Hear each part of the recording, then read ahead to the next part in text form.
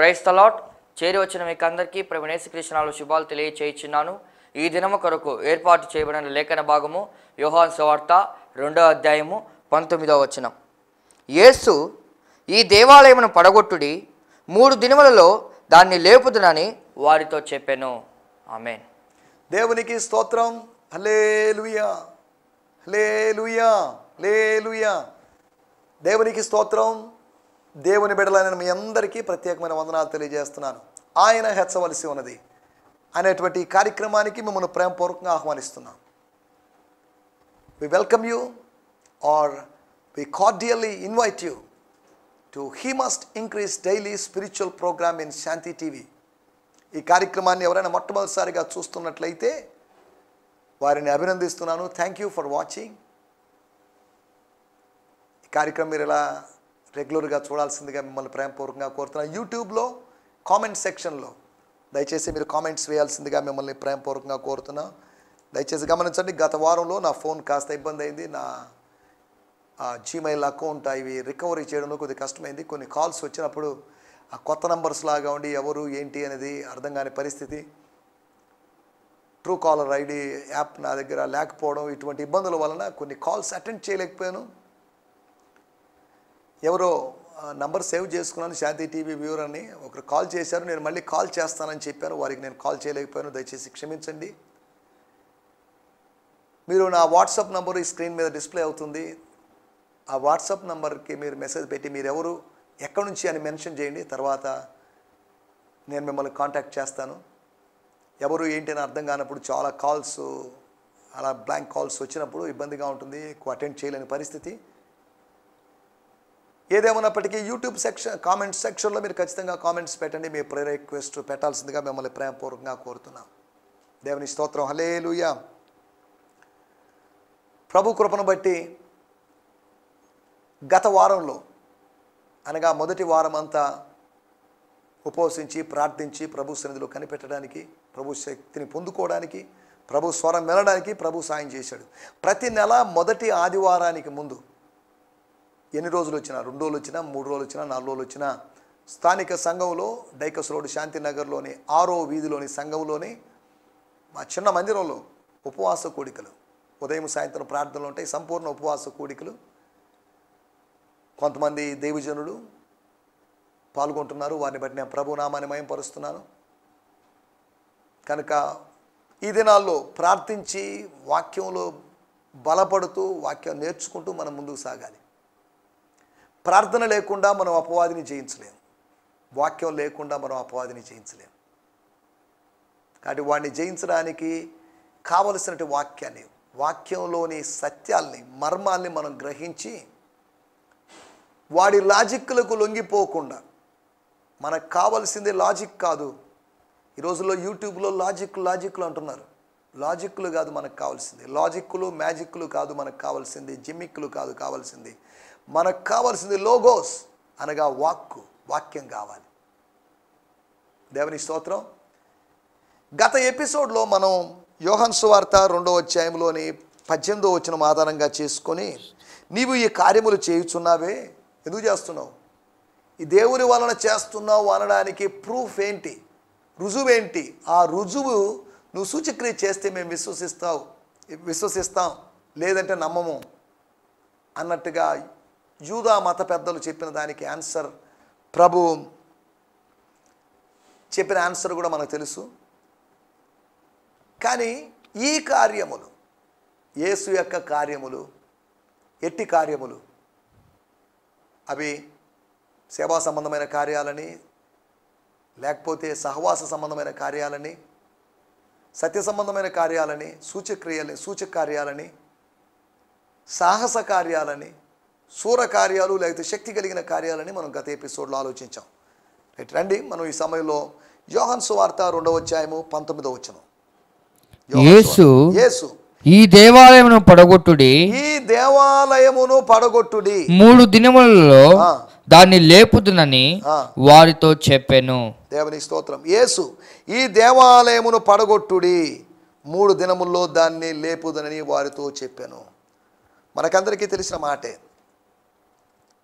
నేను చదువుతున్నాను 2వ అధ్యాయము 19వ వచనం. జీసస్ ఆన్సర్డ్, అనగా వాళ్ళ ప్రశ్నకు సమాధానం చెప్తున్నాడు. నువ్వు ఏదైనా చూపిస్తావు, ఏం సూచక్రియ చూపిస్తావు?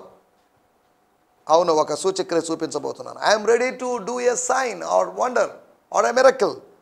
Jesus answered, they challenged and Jesus answered.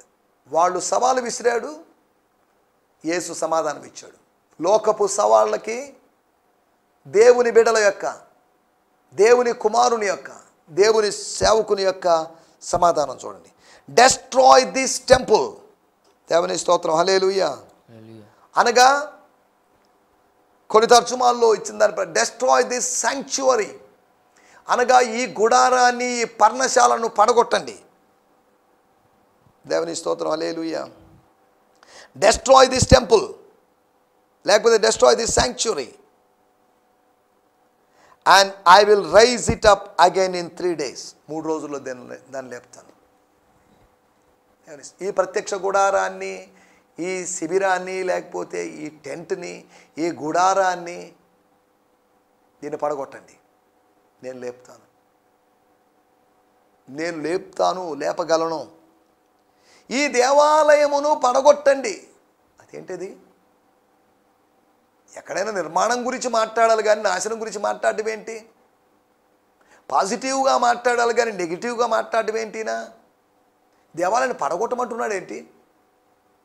కట్టడం కష్టం, పడగొట్టడం సులభం. చేయడం కష్టం, దూరంగా ఉండి కామెంట్లు చేయడం సులభం. అంతేగా? ఎవరైనా సేవ చేస్తుంటే అది కష్టం, కానీ వెనకాల జరిగి ఏం చేసేవాళ్ళే అది కూడా సేవేనా అని అనడం, లేకపోతే వెటకారాలు చేయడం అనేది సులభం. జాగ్రత్తగా ఆలోచిద్దాం. ఈ దేవాలయాన్ని పడగొట్టండి. ఎందుకు ఇలా మాట్లాడుతున్నాడు? పడగొడితే ఆయనకు వచ్చే లాభం ఏంటి? ఏం దేవాలయము? ఏ దేవాలయము అంటే 21వ వచనంలో రాయబడింది, అయితే ఆయన తన శరీరమును దేవాలయమును గూర్చి ఈ మాట చెప్పాను. తన శరీరమును దేవాలయము, తన శరీరమును దేవాలయం, తన దేహమును దేవాలయము, తానే దేవాలయం. ఆ దేవాలయాన్ని గురించి మాట్లాడాడు. పడగొట్టండి, డెస్ట్రాయ్ అని చెప్తున్నాడు. ఈ మాటలు చెప్పినప్పుడు దేవుడు ఇర్మియాతో చెప్పిన మాట, ఇర్మియా, నేను నిన్ను ఎందుకు ఏర్పాటు చేసుకున్నానో తెలుసా? చదువుతాం. ఇర్మియా గ్రంథం 1వ అధ్యాయము 10వ వచనం. స్తోత్రం. పెళ్ళగించుటకును, పెళ్ళగించుటకును, విరగొట్టుటకును, పెళ్ళగించాలి అంటే పెరిగివేయాలి, ప్లక్ చేయాలి. నశింపజేయుటకును, పడద్రోయుటకును, కట్టుటకును, నాటుటకును నేను ఈ దినమున జనముల మీదను రాజ్యం మూలం మీద నిన్ను నియమించుచున్నాను. 1 పెళ్ళగించుటకు, 2 విరగొట్టుటకు, 3 నశింపజేయుటకు, 4 పడద్రోయుటకు, 5 కట్టుటకు, 6 నాటుటకు ఈ దినమున, టుడే, లేదంటే నిన్ను నేను జనముల మీదను రాజ్యముల మీదను నియమించాను. I appointed you. స్తోత్రం. నీ నోట నా మాటలు ఉంచాను. ఆ మాటలు ఏం చేస్తాయి అంటే మాటలు పెళ్ళగిస్తాయి, మాటలు విరగొడతాయి, మాటలు నశింపజేస్తాయి, మాటలు పడద్రోస్తాయి, మాటలు కడతాయి, మాటలు నాటుతాయి. దేవుని స్తోత్రం. దేవుడు మన నోట్లో ఉంచినట్టు మాటకి ఎంత శక్తి ఉందో ఆలోచించండి. నిన్ను నియమించి ఉన్నాను పడద్రోయడానికి. యేసు నోట, తన కుమారుడైన యేసు నోట తన మాటలు ఉంచి, ఇర్మియా నోట మాటలు ఉంచి పడగొట్టగలిగిన దేవుడు యేసు నోట తన మాటలు ఉంచి కూడా పడగొడుతున్నాడు. దేవాలయాన్ని పడగొట్టండి అని చెప్తున్నాడు. దేవుని దేవాలయాలు పవిత్రమైన స్థలాలు అవి ఉండాలి కదండి, దాన్ని పడగొడితే ఎలాగండి? అక్కడక్కడ అన్యమత లేకపోతే ఏదైనా దేవాలయాల మీద దాడులు జరుగుతున్నప్పుడు అంతా అదొక సెన్సేషన్గా, సంచలనంగా మారి సమస్యలు కూడా వస్తుండడానికి మనం చూస్తున్నాం. అనగా అక్కడ కూడా వేరువేరు మతాల ప్రభావాలు, వేరువేరు మతాలు ఉన్న ప్రాంతంలో యూదుల దేవాలయాన్ని పడగొట్టడం ఏంటి? దేవాలయాన్ని పడగొట్టండి. సమరయుల దేవాలయం పడగొట్టమని కాదు, లేకపోతే అన్యుల దేవాలయాన్ని, అర్తమేస్ దేవాలయాన్ని పడగొట్టండి అని కాదు. ఈ దేవాలయాన్ని పడగొట్టండి అనగా యూదుల దేవాలయాన్ని పడగొట్టమని కూడా కాదు. ఆయన చెప్తుంది తన శరీరం అనే దేవాలయాన్ని పడగొట్టండి అంటే పడగొడతారు. మీరు పడగొడతారు, నేను 3 దినముల్లో లేపుతాను. ఒకవేళ యేసు శరీరమును గురించి, అవును 30 సంవత్సరాలుగా కట్టబడిన దేవాలయం అది, అనగా పెరుగుతున్న దేవాలయం. యేసు శరీరం అనే దేవాలయం యొక్క వయసు 30 సంవత్సరాలు. వాళ్ళు చెప్తున్న దేవాలయం యొక్క వయసు 46 సంవత్సరాలు. అనగా యేసు పుట్టడానికి ముందుగానే దేవాలయం ఉంది. అంత చరిత్ర, యేసు కన్నా ఎక్కువ చరిత్ర దేవాలయానికి ఉంది అనేది వాళ్ళ యొక్క ఆలోచన. కానీ యేసు దేవాలయం కన్నా గొప్పవాడు అన్న సంగతి వాళ్ళు మర్చిపోయారు. దేవునికి స్తోత్రం, హల్లెలూయా. ఏంటి దేవాలయం పడగొట్టడం ఏంటని ఈ మాట చెప్పినప్పుడు నా మనసులో మెదలాడుతున్న ఒక మాట చెప్తాను. మలాకీ గ్రంథంలో 1వ అధ్యాయంలో ప్రవక్త ద్వారా దేవుడు పలుకుతున్న మాట, దేవాలయం పడగొట్టడం అని కాదు కానీ దేవాలయాన్ని మూసివేయడం గురించి అక్కడ మాట్లాడుతున్నాడు. మీలో ఒకడు నా బలిపీఠం మీద నిరర్ధకముగా అనగా వ్యర్థముగా అగ్ని రాజబెట్టకుండునట్లు నా మందిరపు వాకిండ్లను మూయవాడొకడు మీలో ఉండిన ఎడల మేలు. దేవునికి స్తోత్రం, హల్లెలూయా. కారణం ఏంటంటే మీ యందు నాకు ఇష్టం లేదు, మీ చేత నేను నైవేద్యం అంగీకరించాలని సైన్యములకు అధిపతికి యెహోవా సెలవిచ్చుతున్నాడు. వేస్ట్గా అగ్ని రాజబెడుతున్నారు, వేస్ట్గా బలులు అర్పిస్తున్నారు, అసహ్యమైన బలులు. కాబట్టి దేవాలయాన్ని మూసేయండి. మూసివేయబడితే అది, మూత వేయబడితే పాడుబడుతుంది, పాడుబడితే అది కూలిపోతుంది, పడిపోతుంది, ఒక బూతు బంగ్లాలాగా మారుతుంది. చూడండి, అనగా మలాకీ కాలము నుంచి ఇప్పటి వరకు యేసు ప్రభు కాలములోనూ ఉన్న దేవాలయం యొక్క మతం యొక్క పరిస్థితులు బాగలేవు. Situations are so miserable. అనగా ఇంచుమించు 400 చిల్లర సంవత్సరాలుగా, 430 సంవత్సరాలుగా, అనగా మలాకీ నుంచి మత్తాయి వరకు 400 అనుకుంటే యేసు ప్రభు వయసు ఒక 30 సంవత్సరాలకు 430 సంవత్సరాలుగా నిలబడి ఉన్నటువంటి దేవాలయం యొక్క పరిస్థితి బాలేదు. పరిశుద్ధ ఆలయము అపరిశుద్ధ ఆలయంగా ఉంది. తండ్రి వ్యవహారాలు జరగాల్సినటువంటి స్థలము వ్యాపారం జరిగేటువంటి స్థలంగా మారిపోయింది. స్వర్గీయ వ్యవహారాలు జరగాల్సినటువంటి స్థలము సామాజిక వ్యాపారాలు జరుగుతున్న స్థలం అయిపోయింది. దేవునికి స్తోత్రం. జాగ్రత్తగా ఆలోచిద్దాం. దేవాలయాన్ని పడగొట్టండి అనగా ఈ సాహసపూరితమైనటువంటి, ఈ తెగింపుతో కూడుకున్నటువంటి చర్య ఇది ఇప్పుడుది కాదు. మీ యందు నాకు ఇష్టం లేదు అనగా తండ్రి అయిన దేవునికి, నా తండ్రికి మీ యందు ఇష్టం లేదు, ఈ వ్యాపారం అందు ఇష్టం లేదు, కాబట్టి దీన్ని పడగొట్టండి అని భౌతికమైన దేవాలయం గురించి కాదు. కానీ మీరేదో సూచన అన్నారు కాబట్టి, సూచన కావాలంటున్నారు కాబట్టి మీరు పడగొడితే నేను కడతాను, కానీ మీరు పడగొడతారనేది వాస్తవం. ఈ దేవాలయాన్ని పడగొట్టండి. ఇలా పడగొట్టడం, మన టైటిల్ పడగొట్టడం. పడగొట్టడం అని చెప్పినప్పుడు మరొక మాట కూడా, గలతీయులకు రాసిన పత్రిక 2వ అధ్యాయము 18వ వచనంలో చూస్తే అపోస్తలుడైన పౌలు పడగొట్టడం గురించి మాట్లాడతాడు. నేను పడగొట్టిన వాటిని మరలా కట్టిన ఎడల నన్ను నేను అపరాధునిగా కనుపరుచుకొందును కదా. చాలండి. నేను పడగొట్టిన వాటిని మరలా కడితే, నేను ఏదైతే కోల్దోశానో దాన్ని మరలా కట్టుకోవడం ఆరంభిస్తే నన్ను నేను అపరాధిగా కనపరుచుకుందును. అసలు ఇతను ఎందుకు కట్టుకోవాలి, ఇతను ఎందుకు కూల్చుకోవాలి, మళ్ళీ ఎందుకు కట్టుకోవాలి అనుకుంటారు జనాలు. నేను పడగొట్టిన వాటిని, తొడగొట్టిన వాటిని అని కాదు. ఈ రోజుల్లో అక్కడక్కడ యూట్యూబ్లో, ఈ రోజుల్లో లేరులేండి, పాత రోజుల్లో తొడగొట్టిన వాళ్ళు ఉన్నారు. కానీ పడగొట్టిన వాటిని అయిపోయింది, మరలా కట్టాలనే పిచ్చి ఆలోచన. అలా చేస్తే నేను అపరాధిగా ఎంచబడతాను. అపవాది కాదు, అపరాధి. అపవాది అపరాధిగా మారుస్తాడు. దేవుని స్తోత్రం, హల్లెలూయా. నేను అపరాధిగా ఎంచబడతాను కదా. పడగొట్టుకోవడం, పడగొట్టబడాల్సినటువంటి 3 గురించి మీకు జ్ఞాపకం చేస్తాను. ఆయన దేహం పడగొట్టబడాలి, అనగా ఆయన శిలువ మరణం జరగాలి, ఆయన మరణం జరగాలి. లోక కళ్యాణం కోసం ఆయన మరణం జరగాలి, ఆయన చనిపోవాలి, మనుషులందరి కోసం ఆయన చనిపోవాలి. దానియేలు గ్రంథం 7వ అధ్యాయంలో ఉన్నట్టుగా అభిషిక్తుడు నిర్మూలం కావాలి. ఈ దేవాలయం పడగొట్టబడడం అంటే అభిషిక్తుడు నిర్మూలం కావడం, ఆయన దుష్టులైన మనుషుల చేతికి అప్పగించబడడం. దేవుని స్తోత్రం. అపోస్తలుడైన పౌలు దేన్నో పడగొట్టాడు. పడగొట్టుకోవాలనుకుంటున్నానని కాదు, పడగొట్టిన వాటిని ఆల్రెడీ పడగొట్టేశాను నేను. నాలో ఉన్నటి మత భావనలు, మత ఛాందస భావాలే పడగొట్టుకున్నాను. నా మనసులో మతము, మత ఛాందసవాద భావాలు ఒక గోడలాగా, ఒక భవనంలాగా, ఒక కోటలాగా కట్టుకున్నప్పుడు వాటన్నిటినీ నేను కూలదోసుకున్నానని చెప్తున్నాడు. అది ఆయన మాటలేక ఉద్దేశం. దేవుని స్తోత్రం. హల్లెలూయా. 3 విషయాలు పడగొట్టడం అనేటువంటి పని దేవుని బిడ్డలమైన మనం పడగొట్టుకోవాలి.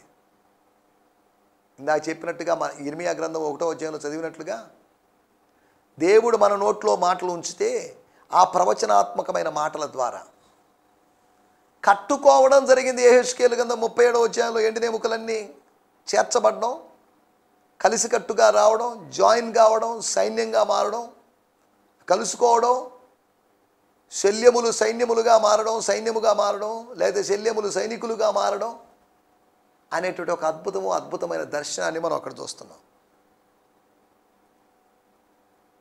దేవుని స్తోత్రం. హల్లెలూయా. ఈ సమయంలో మనం ఆలోచిస్తున్న మాట, మొట్టమొదటి మాట యోహాను సువార్త 3వ అధ్యాయము 3 మరియు 5 వచనాలు మనకందరికీ తెలిసిన వాక్యాలు. అందుకు యేసు అతనితో, ఒకడు కొత్తగా జన్మించితేనే గాని అతడు దేవుని రాజ్యమును చూడలేడని మీతో నిశ్చయముగా చెప్పుచున్నాను. చూడలేడని అని ఇక్కడ రాయబడింది. 5వ వచనంలో ప్రవేశించలేడని అనగా చూడాలన్నా, ప్రవేశించాలన్నా, పరలోక రాజ్యంలో, దేవుని రాజ్యంలో చూడాలన్నా, ఒక ఆత్మ సంబంధమైన అనుభవంలో ప్రవేశించాలన్నా, దాన్ని అనుభవించాలన్నా నీకు ఒకటి అవసరమైనది, ఒక రిక్వైర్మెంట్ ఉంది. అది ఏంటి అంటే కొత్తగా జన్మించడము, పైనుంచి జన్మించడము, అనగా మారు మనసు పొందడం, అనగా నూతన జన్మానుభవంలోకి రావడం, అనగా రీజనరేషన్ ఎక్స్పీరియన్స్లోకి రావడం. దేవుని స్తోత్రం. ఏం మాట్లాడుతున్నాడు ప్రభు? ఆయన ఏదో రాత్రి ఎవరి కంటాపడకుండా వచ్చి, రహస్యంగా వచ్చి అభినందించేసి ఆయన దగ్గర నుంచి ఏదో విషయాలు తెలుసుకొని పోవాలని వచ్చేటువంటి వ్యక్తితో ప్రభు మాట్లాడుతున్నాడు. ఈ అభినందన బాగానే ఉంది, కానీ ఒక ఆత్మీయమైనటువంటి ఆచరణ నువ్వు జరిగించాలి. ఏంటో తెలుసా? అభినందనలు పక్కన పెట్టండి. ఆత్మ సంబంధమైన రక్షణ లేకుండా అభినందనలు వ్యర్థమే. ఆత్మీయంగా రక్షింపబడకుండా ఆరాధన చేయడం వ్యర్థం. రక్షణకు ముందు నీ ఆరాధనల వల్ల ప్రయోజనం ఏంటి? రక్షింపబడిన వాడు ఆరాధన చేస్తే దానికి ఒక అర్థం ఉంది. కారణం ఏంటంటే వాడు హృదయపు లోతుల్లోంచి అప్పుడు చేయగలడు, ఒక అనుభవంతో చేయగలడు. లేదంటే రక్షణ లేని వాడు ఆరాధన చేశాడు అనుకోండి, వాడు ఆచారంగా చేస్తాడు. రక్షణ కలిగిన వాడు ఆత్మీయంగా చేస్తాడు. కారణం ఏంటంటే ప్రభువు నన్ను రక్షించాడు, నా రక్షణ పాత్రను చేతపుచ్చుకొని యెహోవా నామమున నేను ప్రార్థన చేస్తాను. రక్షణ పాత్ర చేతపుచ్చుకునే అనుభవం వాడుకుంటుంది. రక్షణ లేనోడు, లోకంలో తిరిగేవాడు, మారు మనసు లేనోడు, ఈ రోజుల్లో అన్యజనులైన వారిని, అన్యజనులైనటువంటి పాపులర్ సింగర్స్ని తీసుకొచ్చేసి వేదికల మీద పాటలు పాడిస్తున్నారు. ఇదంతా ఎలా ఉందంటే వర్షిప్ లాగా లేదు, అదొక ఎంటర్టైన్మెంట్ లాగా ఉంది. ఎవరో ఒక దైవజనుడు అది వర్షిప్టైన్మెంట్ అంటది. వర్షిప్ ప్లస్ ఎంటర్టైన్మెంట్ లాగా ఉంది. ఆరాధన అంటే అరుపులు కేకలు కాదు. ఆరాధన అంటే మానసిక ఉద్రేకం కాదు. ఆరాధన అంటే మానసిక ఉల్లాసం కాదు. ఆరాధన అంటే అది ఆత్మ సంబంధమైన అనుభవం. ఆయన ఆరాధించువారు ఆత్మతోనూ సత్యముతోనూ ఆరాధించాలి. రోజుల్లో మన సంఘాల్లో విపరీతమైనటువంటి వాయిద్యాల, మ్యూజికల్ ఇన్స్ట్రుమెంట్స్ యొక్క శబ్దాలు, ప్యాడ్ లేదా కీబోర్డ్ లేదా వేగంగా వాయించేటువంటి డ్రమ్స్, కాంగోసు, లేకపోతే ఇంకేదన్నా. వీటి శబ్దాల ద్వారా మన ఆరాధనని చేస్తూ తృప్తి పడుతున్నాం. కానీ జాగ్రత్తగా ఆలోచించాలి. ఒకటి, యూదుల యొక్క మత విశ్వాసపు గోడలని పడగొట్టాలి. పడగొట్టబడాల్సింది ఏంటంటే యూదా మత విశ్వాసం పడగొట్టబడాలి. ఇంకే మత విశ్వాసం పడగొట్టబడకూడదా? నికోదేముతో ఎన్కౌంటర్ చేస్తున్న ప్రభు అన్నాడు, మీ మతంలో అన్నీ చెప్తున్నారేమో కానీ మీ మతంలో మారుమనసు గురించి చెప్పడం లేదే, కొత్తగా జన్మించడం గురించి చెప్పడం లేదే. కొత్తగా జన్మించడం అనగానే ముసలివాడు తల్లి గర్భంలోకి ఎలా వెళ్తాడని పిచ్చి ప్రశ్న వేస్తున్నావేంటి, చిన్న పిల్లలు అడగాల్సిన విధంగా అడుగుతున్నావేంటి అన్నట్టుగా ప్రభు మాట్లాడాడు. ఒకటి, యూదా మత విశ్వాసం పడగొట్టబడాలి. The faith are Jewish religion should be destroyed. అది పడగొట్టబడాలి, త్రోసివేయబడాలి, కూలదోయబడాలి. దేవుని స్తోత్రం, హల్లెలూయా. రెండో విషయాన్ని నేను మీకు జ్ఞాపకం చేస్తాను. యోహాను సువార్త 4:21. John 4:21. అమ్మా, ఒక కాలము వచ్చుచున్నది, ఆ కాలమందు ఈ పర్వతం మీదనైనను యెరూషలేములోనైనను మీరు తండ్రిని ఆరాధింపరు, నా మాట నమ్ముము.